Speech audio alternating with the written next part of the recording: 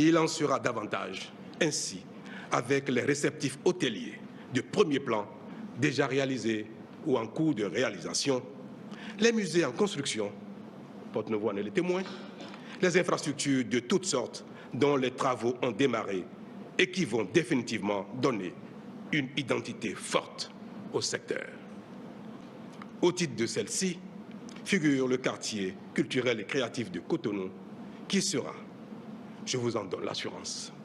une véritable attraction dans la ville de Cotonou. Écosystème de création et de services artistiques,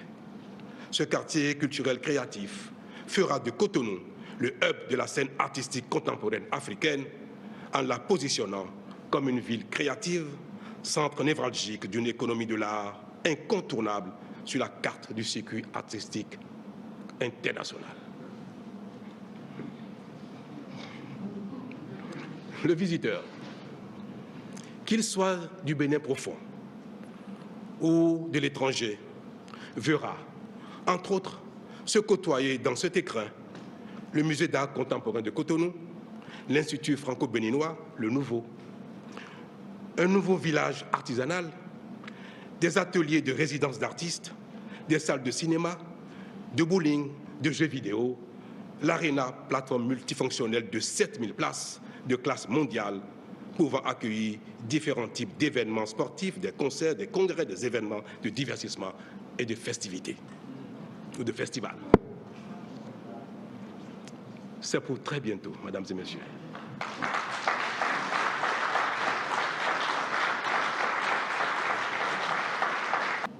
Enfin,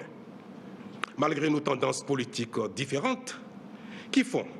que nous pouvons diverger sur les méthodes, l'on devrait être unanime pour tirer la conclusion que patiemment, avec méthode et sérieux,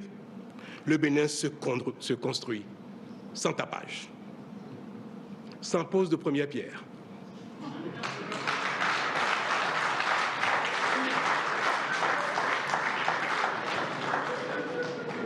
sans premier coup de pioche, sans inauguration et que sais-je encore.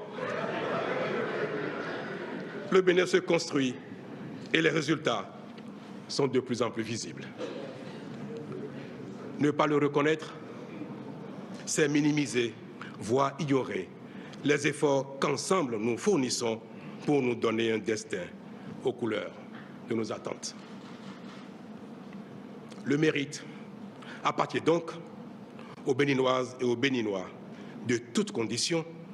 de toutes nos communes, de tous nos villages et quartiers de ville, sans oublier ceux de la diaspora.